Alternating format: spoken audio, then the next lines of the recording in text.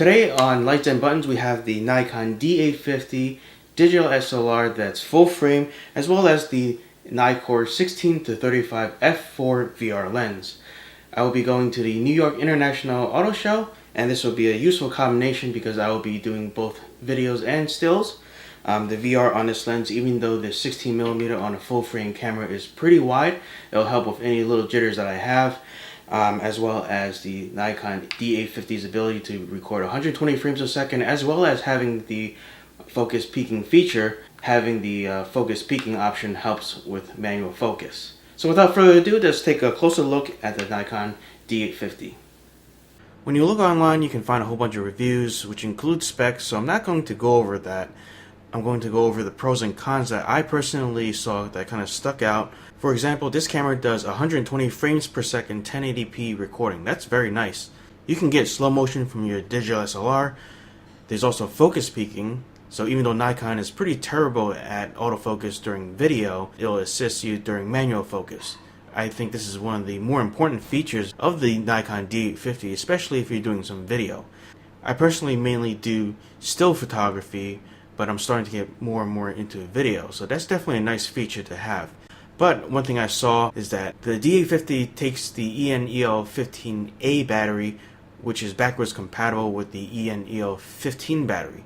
And the ENEL15 battery just so happens to be the battery that my Nikon D7100 uses, so that's a nice thing to have, that you can carry over your old batteries. One thing I noticed is that the third-party batteries won't work on the D850. If I try to put in this Watson battery, for example, the empty battery icon flashes. Also, another pro is that the touchscreen is pretty nice, although I think it can be improved in terms of responsiveness.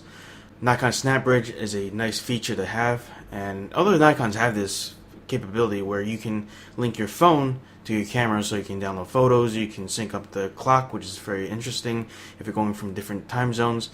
You don't have to manually set your clock on your camera. Also, it supports geotagging, although by putting your phone into the mix, you're creating a dependency on a mobile device to geotag your photos, whereas I prefer a GPS that's built into the DSLR. The nice thing this has is the silent shutter. Now, Nikon had the quiet mode for a while, but it's not really quiet in my opinion. Another cool thing about live view is that you can change your aperture even while you're recording. That's something that I couldn't do with the Nikon D7100. The mic levels are locked. Here is the normal shutter sound. And if we go into the live view and enable silent shooting, mode 1, it's completely silent.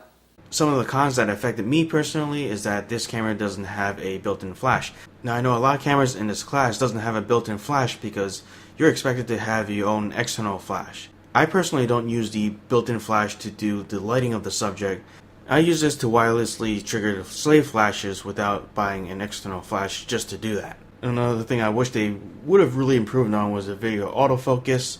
It seems like Canon has their STM lenses as well as the dual pixel autofocusing, but Nikon is still lagging behind.